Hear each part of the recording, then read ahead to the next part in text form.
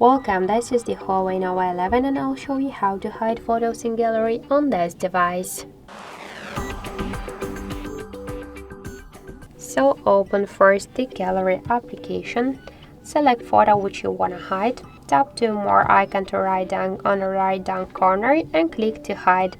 So to view our hidden items, we should go to the albums tab, touch more icon in the top right corner and then touch hidden items. So okay, let's now switch photos to albums tab, tap on the right upper corner to these four dots, click to hidden items and you'll find all of your hidden photos previously. Just to unhide them, you should by the same way let's select all of the photos which you want to unhide, tap to unhide and that's it. So thank you for watching, and if you like this video leave thumbs up and subscribe.